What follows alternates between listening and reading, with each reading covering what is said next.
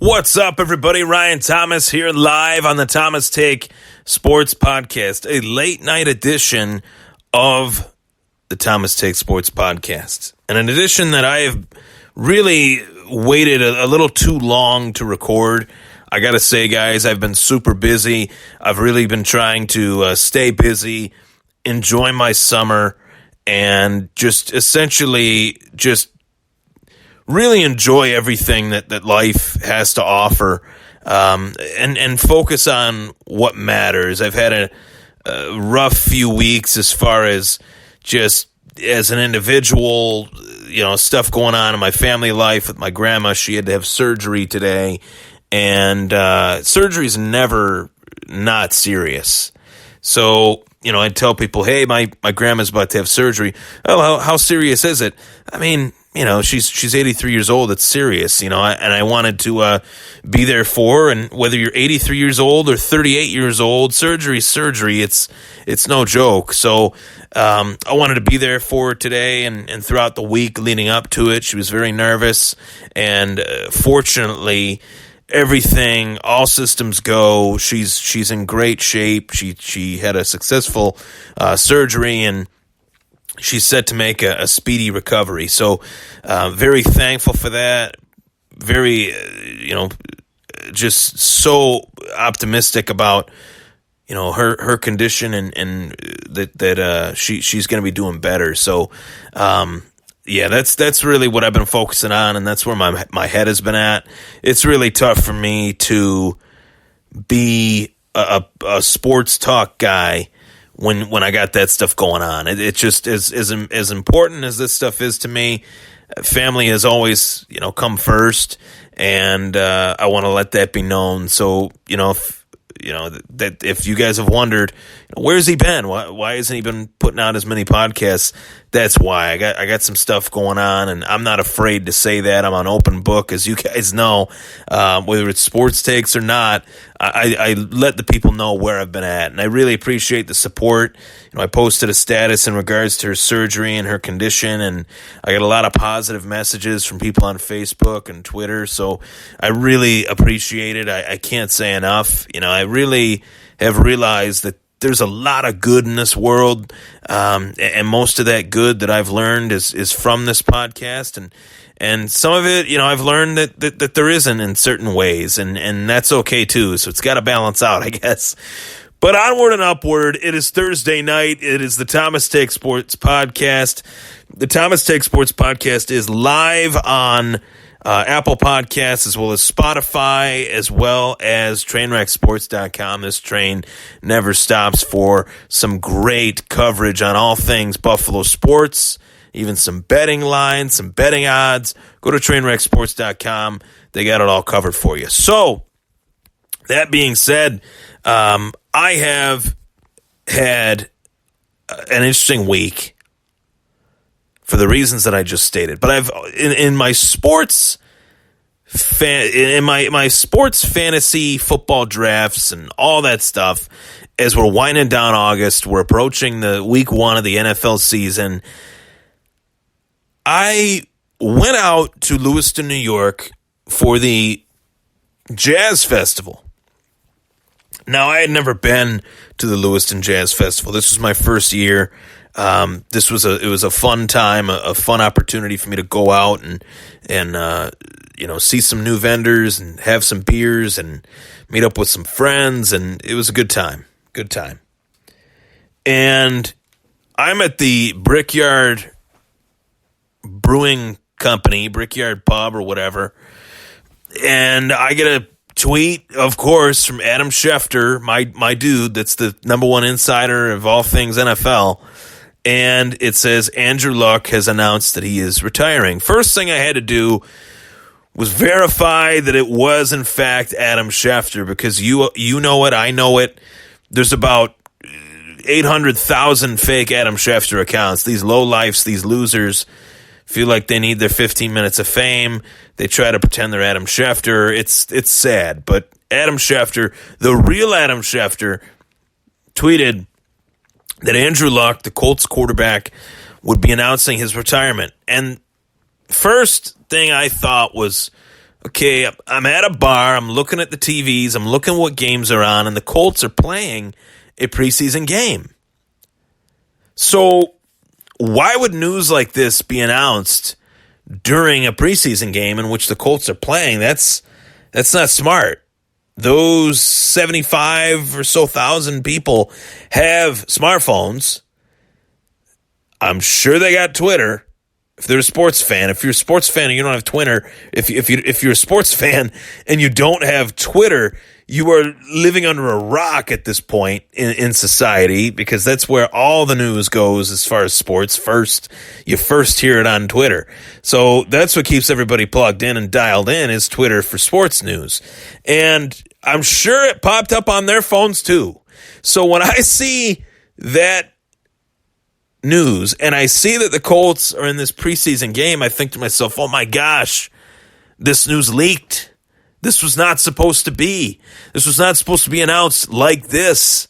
And here we are getting this news while Andrew Luck is on the sideline. And what ensued after that, I think, could only be categorized as quite disgusting and despicable on the part of the Indianapolis Colts fans. And it's not disgusting and despicable because they booed. I think that in and of itself is its own entity. The booing is boo, we boo that. We boo that news. We don't want to hear that news. That's how I take a boo.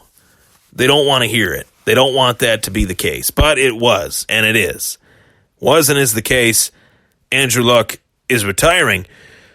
But where I take great just anger in hearing those boos towards Andrew Luck is the fact that, one, Andrew Luck busted his tail year after year after year in this league. He had a long, winding road of injuries after injuries after injuries, rehabs after rehabs after rehabs, surgeries, concussions. Andrew Luck probably had some of the most injury-prone seasons without actually coming out of a game that anyone has ever had at that age for a quarterback throughout the first 6 years of their career. And the reason why was because the Indianapolis Colts did not build around him. It took them years to provide Andrew Luck with a decent offensive line. As soon as he got it, he wins the Comeback Player of the Year award in 2018. He had a phenomenal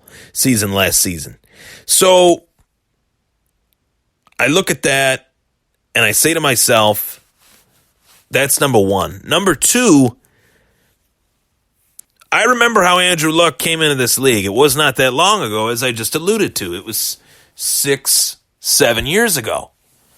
And when Andrew Luck first came into this league, it wasn't the year that he was drafted. It was actually the year that he could have been drafted and wasn't. His junior season with Stanford, which was arguably better than his senior season with Stanford, he could have declared for the NFL draft in 2011. He would have been the first overall pick by the Carolina Panthers, not Cam Newton. So had that happened, Cam Newton probably would have went to Buffalo, and Andrew Luck probably would have went to the Carolina Panthers. And instead, Andrew Luck decided to stay another season, get his degree in chemical engineering or whatever his major was at the time, something engineering related, and he played another season at Stanford, cements himself as the number one overall pick.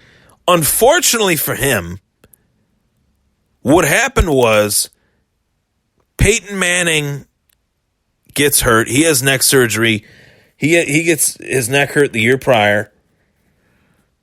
Has neck surgery, is out the following season.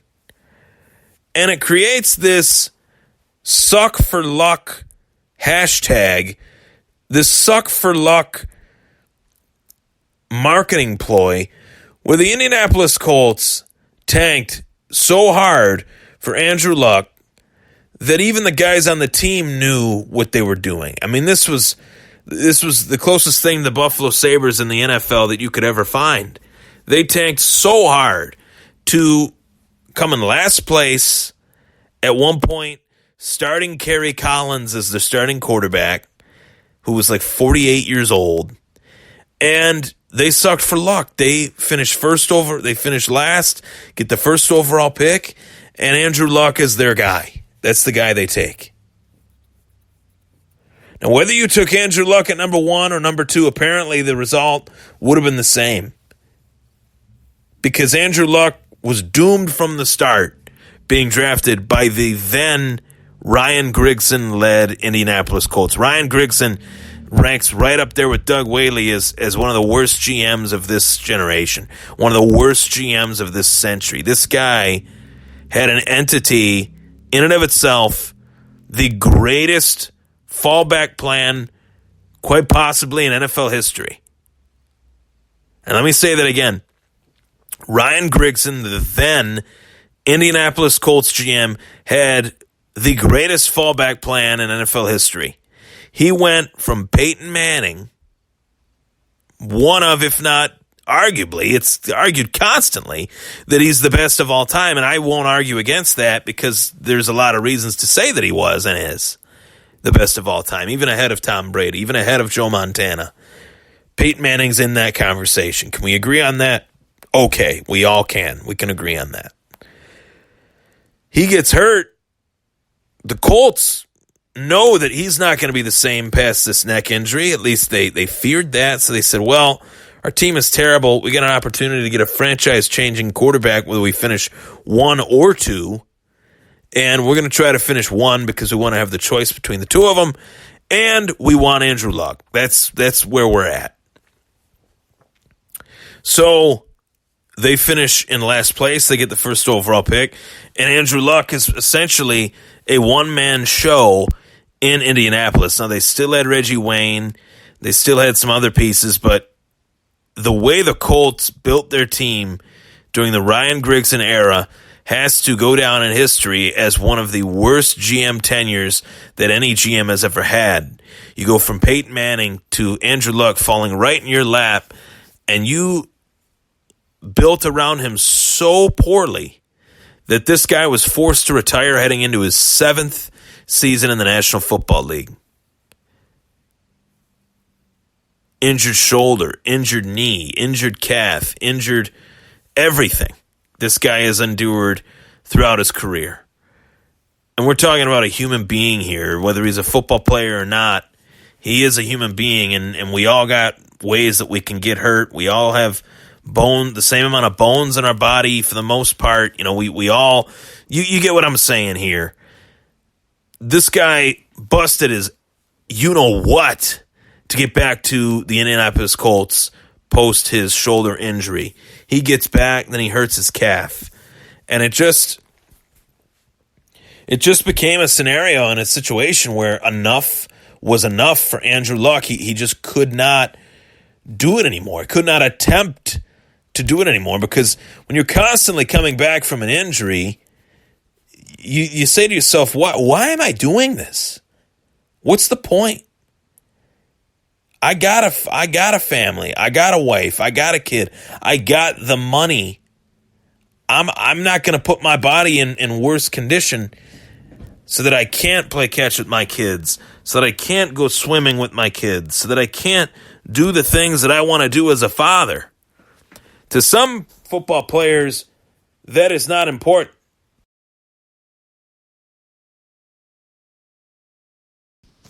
To other players, it is. To Andrew Luck, it's very important. To Andrew Luck, it just became, I can't stay healthy. The damage has been done. My body is breaking down at the young age of 29. I'm walking out. That's it. That's all there is to it. And I will say that I love to watch press conferences when there's breaking sports news. I always try to watch them as soon as they're posted, whether it deals with the Buffalo Bills or MMA or anything. If it's sports-oriented and it's a sport that I tune into and it's a sport that I cover on this show, I watch it.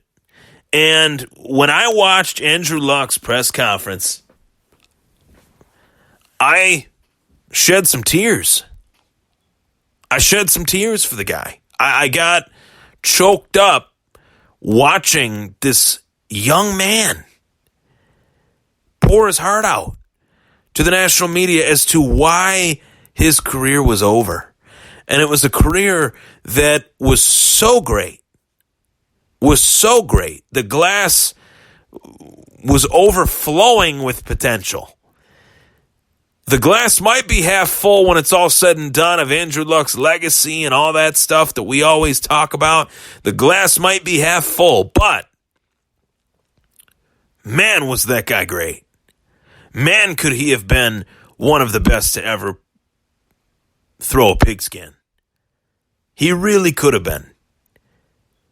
The potential, the hype was not hype. The hype was real. The hype was legitimate. Here was a guy that was 6'4", 230, tree trunks for legs, could throw an accurate ball, could throw a beautiful deep ball, could throw on the run, was accurate in any single scenario, in any situation. He had so few weaknesses as a quarterback.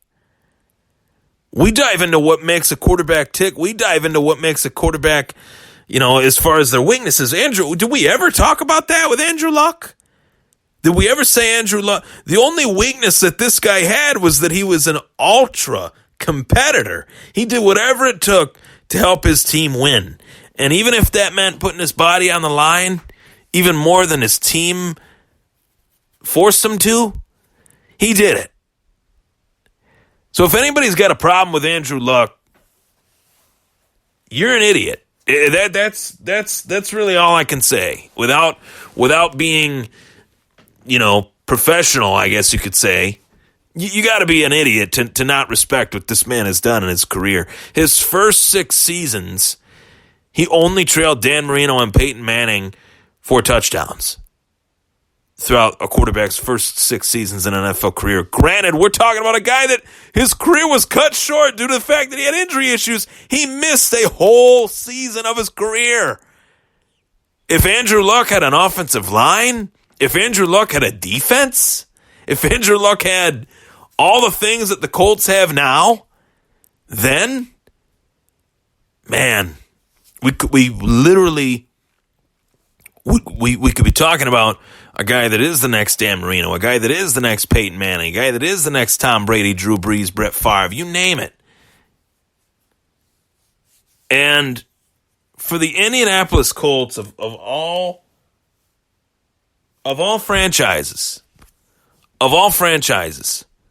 talking about a franchise that had like the first great superstar quarterback, as they were the Baltimore Colts back then, but Johnny Unitas, the first true great superstar quarterback that everybody loved. He hangs him up after playing some years with the Chargers back in the day. The Colts go on to have complete mediocrity. They don't have another great quarterback until Peyton Manning is drafted first overall in 1998. He embarks on one of the best careers of all time, regardless of position. Gets this neck injury. From last season, he's out for the next season. It allows Indy to tank for this Andrew Luck fella to start over. What an ungrateful group of fans. What an ungrateful... As a Buffalo fan, if Buffalo could have went from Jim Kelly to, I don't know who the next great guy was. Let's just say Peyton Manning. If Buffalo could have went from Jim Kelly to Peyton Manning. If Buffalo could have went from, let's just say that. If Buffalo could have went from Jim Kelly to Peyton, I mean, we would appreciate that. We would have done a backflip. People would have been jumping through tables. People would have been saying, we're never going to lose with this kid. And we would have appreciated whatever career happened after that. Yes, Andrew Luck's career was cut short, and I get that the fans are upset about that because they lost their quarterback, but you don't boo the actual quarterback. You know who you boo? You know who you speak out against? You know who you have frustrations with? You have frustrations with Jim Irsay. This guy has been abundantly in over his head for as long as I can remember. Talk about a guy that has had everything fall right into his lap. Peyton Manning, Marvin Harrison. I mean, he's hired some great coaches along the way. No doubt about it. Tony Dungy, great coach. Bruce Arians and the intern for Chuck Pagano. Both of those guys, great coaches. Pagano not a head coach anymore, but a good coach. Respected amongst the National Football League. You got coaches that hire good coaches. You got coaches that, you hire a Tony Dungy, his name holds a lot of weight, and his name kind of spreads outwards, where you got his coaching tree of all these other coaches that you could bring in. And then you got former players that have connections to the GM, and then that guy ends up becoming your head coach, and Frank Reich. So that's the guy that I really feel for on the Indianapolis Colts right now is Frank Reich, because he got this head coaching job thinking that Andrew Luck was going to be his guy for many, many years, that they'd probably win some Super Bowls together. And now that's not going to happen. And that has to be really, really hard. That has to drastically change Frank Reich's expectations of the job and outlook on the job and where he's at. Maybe is the leash a little tighter on Frank Reich now than it was, last week or a few weeks ago. But really what I find so interesting about this is the fact that this injury was a calf injury. This was an injury that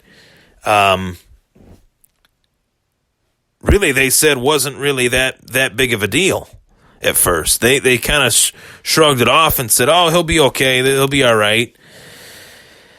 Turns out he wasn't all right.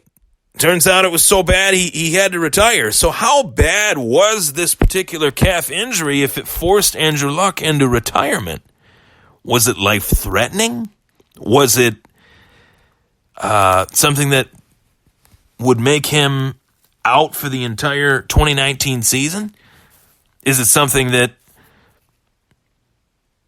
was it far away? Of course it was, because he was literally forced into retirement because of it. So I definitely empathize in the respects of the Indianapolis Colts fans. I get why you're upset to an extent. You won't see number 12 Andrew Luck out there anymore, but you weren't even supposed to. You weren't even supposed to. If Andrew Luck was like almost every other quarterback out there, he would have declared for the NFL draft a year earlier than he did.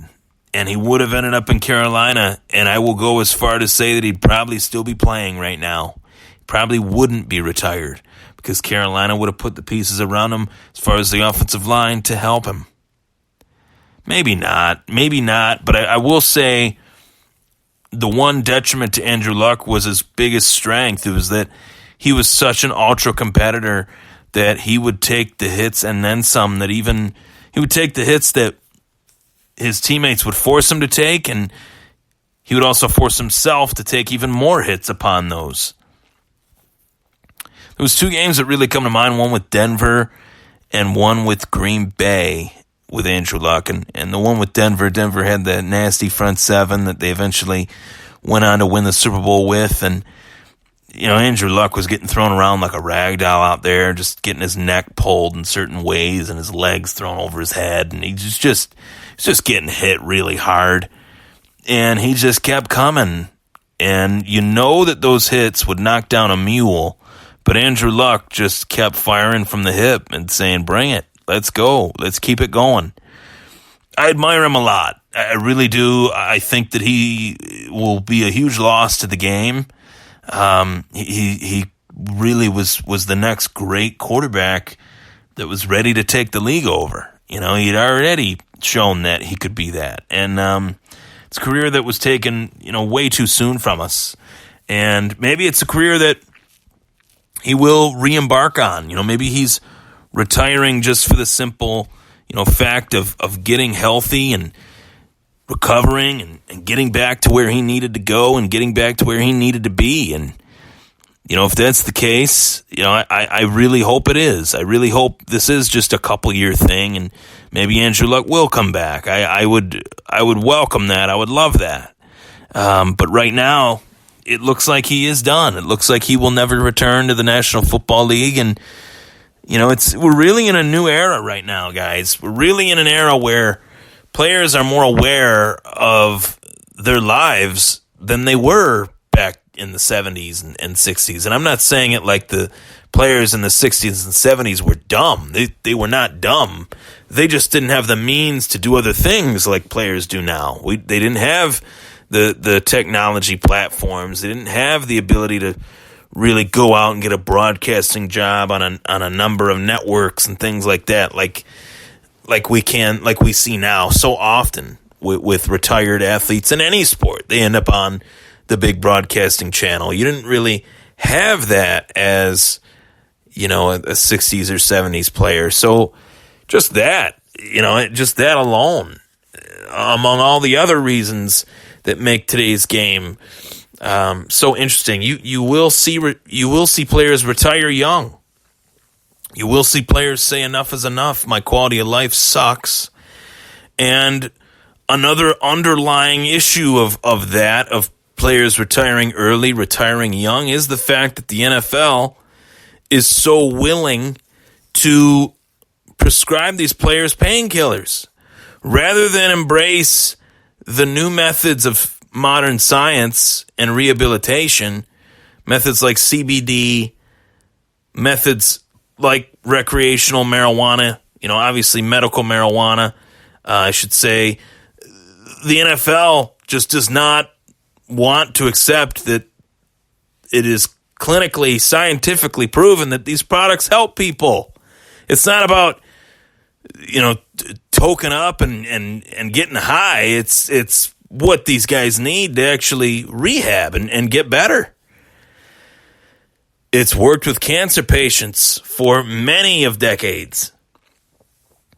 But the NFL, it's not. It won't work for NFL athletes. Give them a big thick painkiller, and that'll cure it all. By the way, those painkillers, those are habit forming. Those are painkillers that you can get addicted to. So be careful. Thanks, Roger. You're a great guy. You look out for all the players. You don't look out for, just yourself. You look out for everybody. Yeah, okay. Yeah. Okay. Obviously, if you couldn't tell, I was being sarcastic there. But, really, these guys are so shocked. Roger Goodell shocked. All these executives in the league shocked. Why? This guy, if you watched him actually play, rather than twiddle your thumbs and open your checkbook, you would realize that Andrew Luck took more punishment than any quarterback has ever been willing to take that early in their career. Most guys early in their career, they're like, no, I'm not taking that punishment. Trade me. Andrew Luck could have easily took a look at the depth chart and said, oh my God, this team sucks. Trade me. Get me out of here. I can't play here. And instead, he played there. He followed in the footsteps of, once again, one of the guys that you would consider one of the best to ever do it, and he gladly accepted the challenge. And I thought he fit the bill when he was healthy. He really did. But he's a retired former NFL quarterback now. Andrew Luck decided to call it a career after a career that I definitely thought would be on this upward trajectory from here on out. I thought after his 2018 season, he was going to be around a long, long time. I looked forward to the prospects of seeing him behind this new Indianapolis Colts offensive line, and now you got Jacoby Brissett and Chad Kelly, Indy. So if you were ungrateful for Peyton Manning and if you were ungrateful for Andrew Luck, you might want to buckle up and be prepared to be ungrateful some more, I guess. I don't know. The fans are ungrateful in Indy. That there's no doubt about it. You don't go from Peyton Manning to Andrew Luck and then boo Andrew Luck when he decides to retire. At least the guy, didn't try to come back out on the field and be something that he's not. That's my biggest takeaway. Andrew Luck decided, I'm not going to be a shell of myself out there. I'm not going to do it to myself, to my family, to my fans. I'm going to just let them know that the best way for me to retire, the best medicine for me is to just walk away. Calvin Johnson, Andrew Luck, Barry Sanders. We've seen it before. This isn't the first time. I'm Ryan Thomas. That was the Thomas Take, my take on Andrew Luck's retirement and much, much more. Thank you so much for tuning in. Subscribe on Apple Podcasts, subscribe on Spotify, and you will catch this podcast on TrainwreckSports.com. This train never stops. Join the takeover. Follow me on Twitter at Ryan Thomas Take. Thank you so much, everybody.